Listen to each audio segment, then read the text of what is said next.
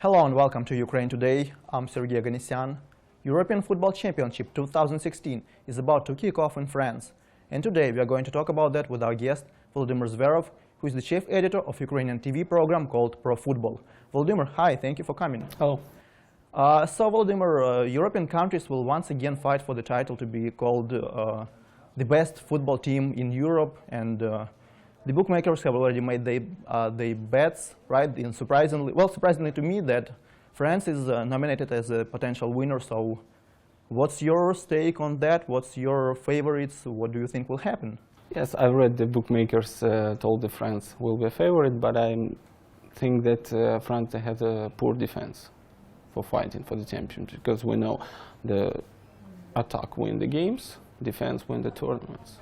But, France had lost 4 key defenders. Yeah, quite a hit. Yeah, it's a hit for them, and they have defenders which not the stars in Europe, and not the best players, not the top players. And France attack can win the group easy, I think.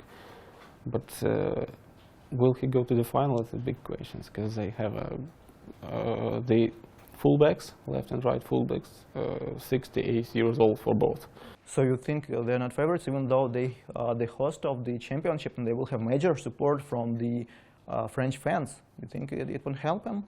Of course help, because I was in Paris, in France, when France played in Ukraine the qualification for World Cup, for the last World Cup, and Ukraine won the first game home 2-0, and the France stadium, France fans, when I saw them, I understood that Ukraine will concede 2 goals.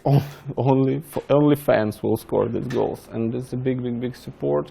Everyone with the flags, everyone with the scarves, and the big unity of nation after the terrorist attacks now, and the unity of nation. And we know that one of the football players of France, Lassana Diarra, lost his cousin, sister, and big problems of the terrorist attacks will put the France nation together, and the team, this France team, I think can play better than team that was 20 years ago. But will they win the tournament? Because 18 years ago there were much better defense. I see, and we have other major contestants like Germany, for example, the latest winner of the World Cup, and we also have some underdogs like Belgium, for example, which is not too low on the bookmakers' bets. What do you think of that? We talk about the France and Belgium as an attacking team, is the potential team who will score a lot of goals. The team will play good for the fans, but we need to talk about their defense. France and Belgium can lost because of their defense. And what about Germany? Germany is a big favorite. They will play easily because they know they won major tournament 2 years ago, and they, like was 4 years ago with Spain. Spain played easily because they are champions. Now they are champions, and they can win this one tournament, one more tournament, and I think that will be good for Germany. They lost the key player again, Mark Royce, but their coach showed that they can win without Royce. Yeah, and interestingly, first game of Germany will hold against Ukraine, and Ukraine also has its problems. Some think that it's a problem.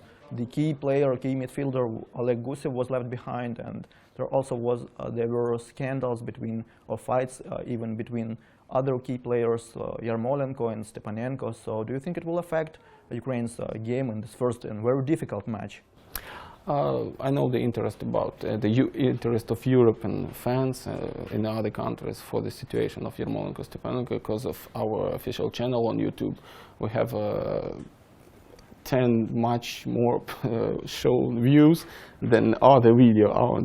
We show the BBC, showed our video, France, Belgium channels, and we know that's anti-commercial for our team. But I know there were training camp of Ukrainian national football team in Italy and Switzerland, and the coach staff did everything and do everything for more friendly atmosphere. Between Ukraine and Yarmolenko and Stepanenko did their training in one team. So Ukraine divided in 4 or 5 teams, 25 players, and Yarmolenko and Stepanenko were in one team. So they were on the same side, and that means that conflict is resolved, basically?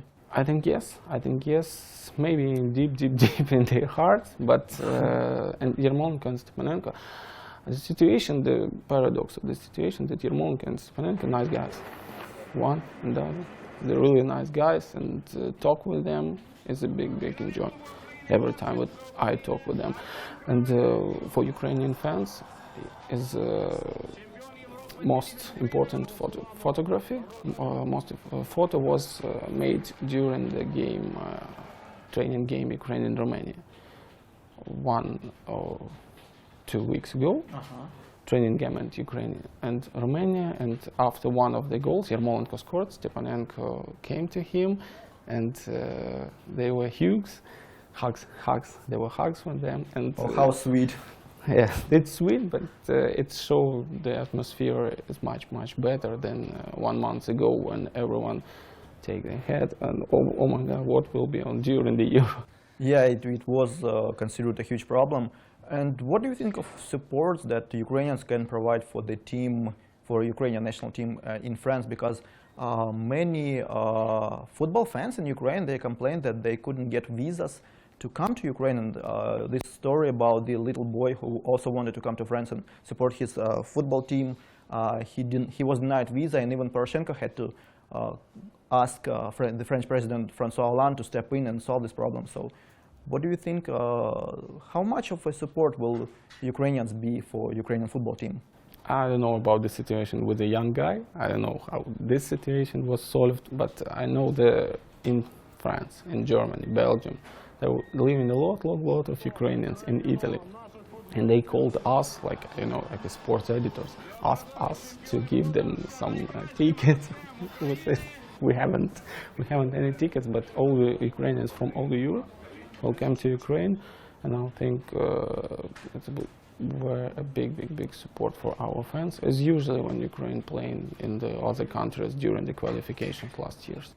And Ukrainians will add to the overall number of fans, which is around 2 million people who will come to France or are expected to come to France. And considering the terrorist attacks that you mentioned, France has tightened its security measures, which is pretty understandable. And I know that your journalist went to France and inspected the cities. So is there any feeling of danger? Maybe is there any feeling of threat that Ukrainian fans and international fans could expect? Every time when you come into France, last 3 or 4 years, you think about danger. And this time, you will think too. But you don't know where danger can get you. Every time you think about it, but you come into France. Our journalist came to France. They wanted to show Ukrainian people how cheaply they can get to the Euro. And they bought the low cost for the aircraft to Germany, and then from Germany to France. They came to France with spending nil euros. They spend in euros. They go to the auto stop and lived in the not the cheap house. They will for the no money. They live in for the no money. So it seems like well, France is prepared for the championship. And one last question: what do you think of Ukraine's chances this year? Because last year, when Ukraine was the host of Euro 2012, it couldn't even proceed to the quarterfinals. So what are our chances in France? I think our chances is not big. Yes, everyone in Ukraine talk now about we have to came from the group, we have to go through the next round to the qualification. Yes, we can do this. We can do this. We can beat Northern Ireland, but this is a very big problem. I thought the Northern Ireland played last week with the Slovakia. Slovakia now is a great team, and I think they can make sensation on Euro. And Slovakia didn't score from the Northern Ireland. Everyone in Ukraine thinks this sweet team, Northern Ireland. And I think It's not. I think we can get 3 points, maybe 4. Just three or 4 points? In this group, yes, 3 or 4 points.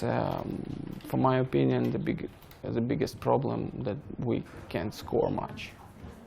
Our key forward, from the starting 11, Zazula, scored only 3 goals this season. And our key players, Konoplanka and Yarmolenko, everything put in for them. Last 10 games with Yarmolenko, Ukraine won 8 and 2 draws. Last 10 games without Yarmolenko, Ukraine won only 4 games. The same statistics with Konoplanka. And I think Ukraine will not score too much on Euro.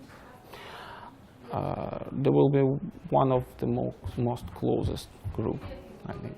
I see, and I can only hope that this Euro Championship will be fun to watch, and I can only wish all the teams good luck. Volodymyr, thank you very much for coming here today. Thank you. So this is where we have to leave. You've been watching Ukraine Today. Many thanks for joining us, and I'll see you next time.